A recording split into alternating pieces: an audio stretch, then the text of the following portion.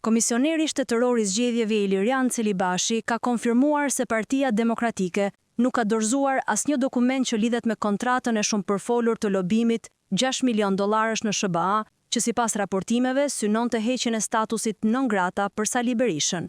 Sipas kodit zgjedhor, partitë janë të detyruara të deklarojnë çdo shpenzim të fushatës, përfshirë kontratat e lobimit jashtë vendit, brenda 60 ditëve nga shpallja e rezultateve zgjedhore, afat tashmë i kaluar. Megjithatë, në listën e KQZ-s ende nuk figuron asnjë raport financiar nga PD-ja e drejtuar nga Berisha. Burime nga KQZ për gazetën Tema pohojnë se nuk është dorëzuar asnjë kontratë ndërkombëtare lobimi, ndërsa në SBA marrëveshja është zyrtarisht e regjistruar në Departamentin e Drejtësisë.